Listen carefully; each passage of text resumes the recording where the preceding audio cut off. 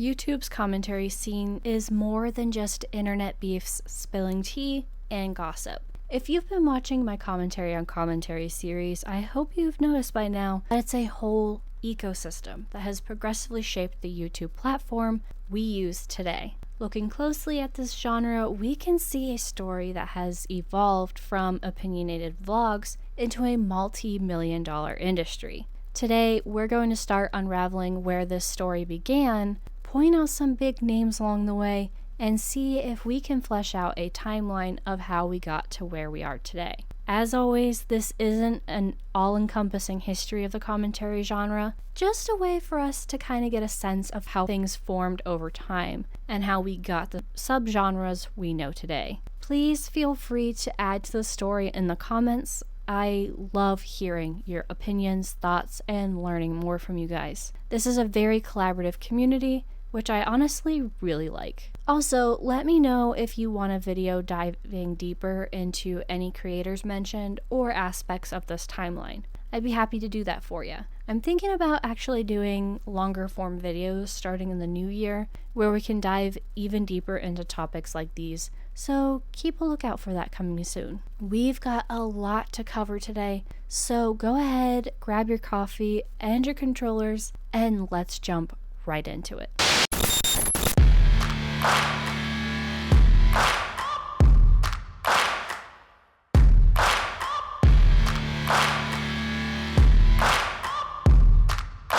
To start things out, we need to travel all the way back to 2006, which I realized when I filmed this is almost 20 years ago. It's honestly wild.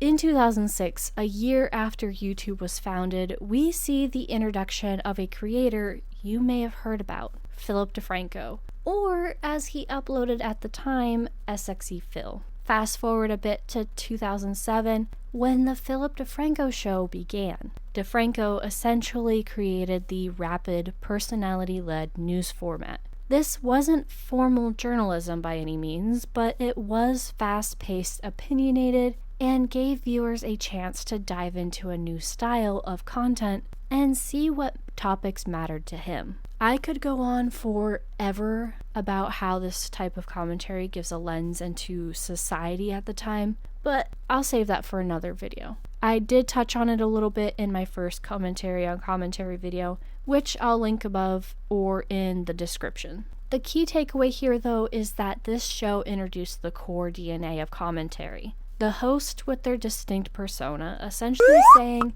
here's what happened and here's my opinion on it. This format became the mold countless commentary channels would adopt and morph over time. From 2007 to about 2011, we move into the webcam era. The platform was flooded with videos of people talking directly to their camera, usually a webcam, and giving hot takes on news and pop culture. The name of the game was creating a direct connection with the audience. You know, building those parasocial relationships we all know and love. At the same time, Let's Play culture was on the rise in gaming. I know this might seem like a weird tie-in, but stick with me because it actually matters. PewDiePie, for example, experienced explosive growth from 2010 to 2013. Audiences weren't just interested in the games he was playing, they were there for his personality, reactions, and ongoing commentary. This validated that sustained, opinion-driven content could carry huge audiences, making reaction and personality central to a successful brand. These foundational years brought forth two key elements of commentary we still see today. Number one, the direct, rapid news-like delivery from DeFranco, and two, the sustained personality-driven reactions of gamers like PewDiePie. From this point, commentary just needed a subject to comment on, and that subject would increasingly be other creators, which is where things start to get a little messy. Between 2009 and 2012, commentary began turning inward. Creators were no longer just reporting on news or trends, they were commenting on each other. This is where things started to get messy. Enter Daniel Keemstar Keem, who began building his internet roots in what we now call the drama sphere. By 2012, he started using the infamous hashtag drama alert on social media platforms, which became a precursor to his iconic show. Drama alert transformed creator conflicts and gossip into news-style content. This was where the concept of spilling tea really formalized. Keemstar essentially created a model for turning creator drama into a consumable, repeatable format, one that rewarded sensationalism and immediacy. From 2013 to 2015, commentary content began to solidify.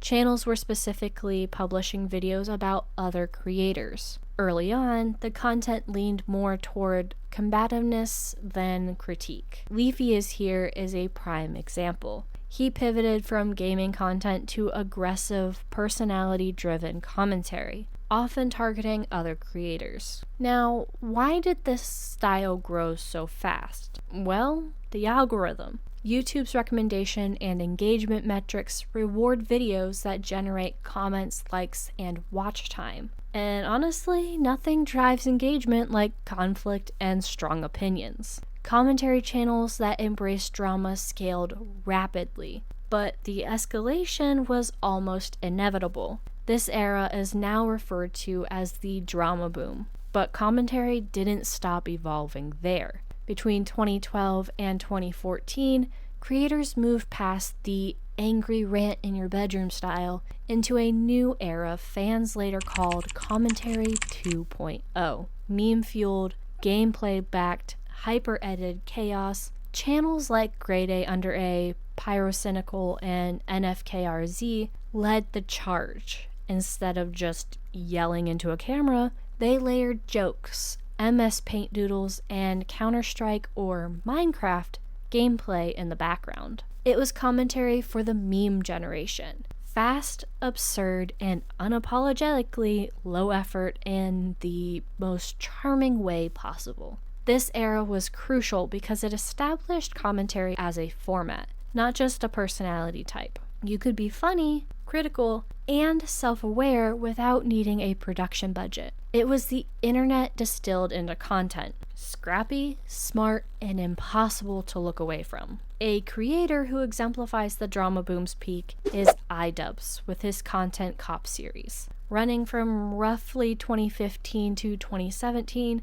these videos were high-impact, heavily edited, often savage critiques of other creators like Tana Mojo and LeafyIsHere. Each episode became a cultural event, raising the bar for long-form critique and entertainment within the genre. iDubbz showed that commentary could be more than gossip. It could be a spectacle. The videos were educational, funny, and brutally honest, creating a blueprint for future creators who wanted to combine analysis with personality-driven entertainment. Before we get to the chaos of 2016 to 2017, we need to talk about a massive event that reshaped YouTube, the Adpocalypse. Around 2017, YouTube faced waves of advertiser backlash after controversies like PewDiePie's Wall Street Journal incident and Logan Paul's Forest video. Big brands pulled their ads, not wanting commercials to appear next to problematic or offensive content. YouTube, in response, cracked down with stricter monetization rules, demonetizing anything deemed controversial. Now, guess which videos got hit hardest? Commentary. Even if creators weren't being hateful, titles containing words like drama, call-out, or controversy seemed like they could trigger demonetization. Creators whose channels relied on raw, edgy takes suddenly saw their income plummet. This forced a major shift. Many commentary creators began adapting by leaning into humor or clever editing and satire, staying advertiser safe while still critiquing internet culture. Out of the adpocalypse came a new subgenre, comedically safe commentary. Creators like Danny Gonzalez, Drew Gooden, Curtis Connor, and Cody Ko took the DNA of commentary, the reacting, analyzing, and critiquing, and combined it with absurd humor and editing polish. Instead of roasting individuals, they roasted trends, TikToks, TV shows, or other pop culture phenomena. This era showed that commentary could evolve without losing its edge. You didn't need a feud to stay relevant. You just needed a funny take and sharp comedic timing. This pivot kept commentary alive, sustainable, and advertiser-friendly while still being entertaining and smart. During this period, the algorithm was quietly shaping everything. After the Adpocalypse, YouTube favored advertiser-safe content over controversy. But as the platform evolved into the early 2020s, engagement became king. Videos that sparked discussion, debate, or prolonged watch time were rewarded. Commentary perfectly engineered for engagement thrived. However, this created a feedback loop. Commentary creators needed to keep reacting and analyzing to stay visible, even if the topics were increasingly exhausting. The algorithm didn't just shape commentary, it incentivized it. 2018 to 2020 was the era of maximum chaos for YouTube commentary. Two events defined this period: Dramageddon 1 and Dramageddon 2. Yeah, there's two of them. Dramageddon 1 in 2018 involved Gabriel Zamora, Laura Lee, Manny MUA, Jeffree Star, and Nikita Dragon. It started with a seemingly simple selfie caption toward Jeffree Star. That escalated quickly as users began digging through old tweets from the group, many of which were racist. Suddenly, it wasn't just a feud. It became a public reckoning about accountability, image, and the permanence of your digital past. Commentary channels had a front row seat to this cultural shift. Now, Dramageddon 2, which you may know as Sistergeddon in 2019, centered on Tati Westbrook and James Charles, with Jeffree Star and Shane Dawson being involved in the fallout. Tati's viral Bye Sister video accused James of manipulation and betrayal. The fallout was immediate and massive. James lost millions of subscribers overnight, literally visible in real time on Social Blade. This was one of the first times YouTube visibly altered its platform in response to drama, removing live subscriber counts shortly after. For commentary channels, these events were both a goldmine and a wake-up call. Suddenly, old tweets and past behavior could destroy careers, and commentary had to adapt to a world where accountability was immediate and public. The Dramageddons, and probably the drama boom, prompted YouTube to update its harassment and cyberbullying policies. The platform explicitly banned personal attacks and malicious insults, signaling that creators could no longer mock or target individuals without risking demonetization or channel removal. LeafyIsHere's permanent ban in 2020 became the cautionary tale of this era. He repeatedly violated harassment guidelines, and his removal sent a clear message: you either adapt or you disappear. This shift pushed commentary toward maturity. Creators began focusing on structure, research, and analysis rather than personal drama. The genre was moving from its chaotic tabloid phase towards something more professional and sustainable. Out of the chaos of the drama boom came a new era of long-form investigative and essay-style commentary. This was commentary as cinema, polished, research-heavy, and almost journalistic. Creators like Lindsay Ellis, H-Bomber-Guy, ContraPoints, and Sarah Z brought long-form analysis into the mainstream. Their videos often resembled documentaries, visually rich, deeply researched, and intellectually engaging. They weren't reacting to individual creators so much as dissecting media, fandom, and online behavior. Audiences stuck around for videos over an hour long because for the first time, commentary contextualized internet culture instead of just entertaining. Meanwhile, creators like D'Angelo Wallace and Coffeezilla were expanding investigative commentary into public interest. They combined storytelling DNA with research and reporting, focusing on scams, financial fraud, and industry malpractice. Coffeezilla, for example, uncovered major influencer-led scams, including the 2023 CS2 gambling exposés, which prompted real-world responses from gaming companies and platforms. This era marked a full evolution. Commentary wasn't just gossip anymore. It had become a watchdog for the internet, capable of driving accountability and mainstream attention. With the emergence of short-form platforms like TikTok and YouTube Shorts, the commentary landscape evolved once again. The news cycle for creator gossip and pop culture accelerated, transforming commentary into rapid, punchy micro takes designed to go viral. Creators could now post content across multiple platforms, multiplying their reach and introducing new audiences to commentary culture. Short-form content also made creator insights more immediate and accessible, allowing audiences to engage with quick takes while still driving discussion on longer videos. From 2021 onward, 3 words define the era: fragmentation, professionalization, and diversification. Fragmentation. Commentary has diversified into long-form essays, short-form takes, political commentary, investigative reports, and even satire. The genre is no longer monolithic. Audiences can pick exactly what flavor they want. Then you have the professionalization. Major creators are hiring researchers, editors, and even legal teams. Commentary has become high-stakes, evidence-driven, and heavily produced. And finally, diversification.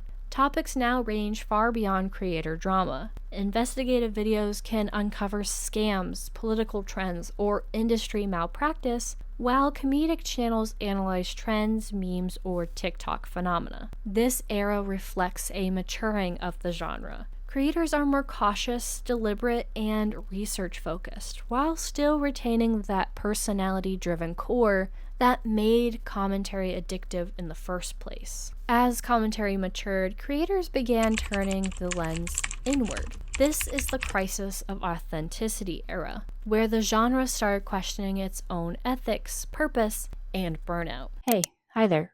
Editing Fit Historian here. Somehow this section of my recording did not survive, so I'm going to fill in here real quick. So, videos like Gabby Bell's The Death of Commentary discuss the self-consuming nature of creating commentary and how it has actually been corporatized over time. Creators and audiences alike have become hyper-aware of performativity online. Commentary became meta, and the critics themselves were now the ones being scrutinized. Alright, just want to put that in there. Let's go back to filming Fit Historian to close this out and do some retrospective historian stuff.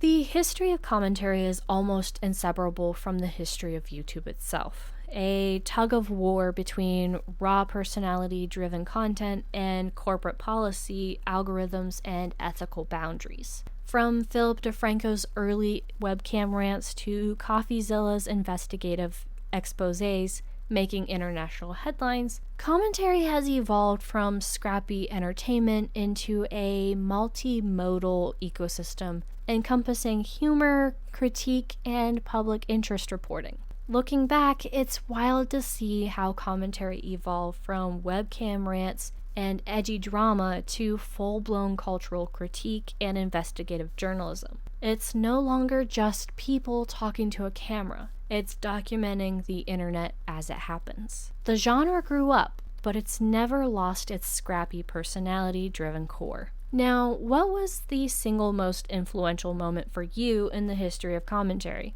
Was it a Content Cop episode, Drama Alert with Keemstar, or a more recent investigative video? Let me know in the comments. If you have a section to add to the timeline, go ahead and drop it below. I'd love to discuss it in depth with you. And don't forget to like and subscribe so you don't miss the next episode. Thank you so much for hanging out with me, and I'll catch you in the next one. Bye!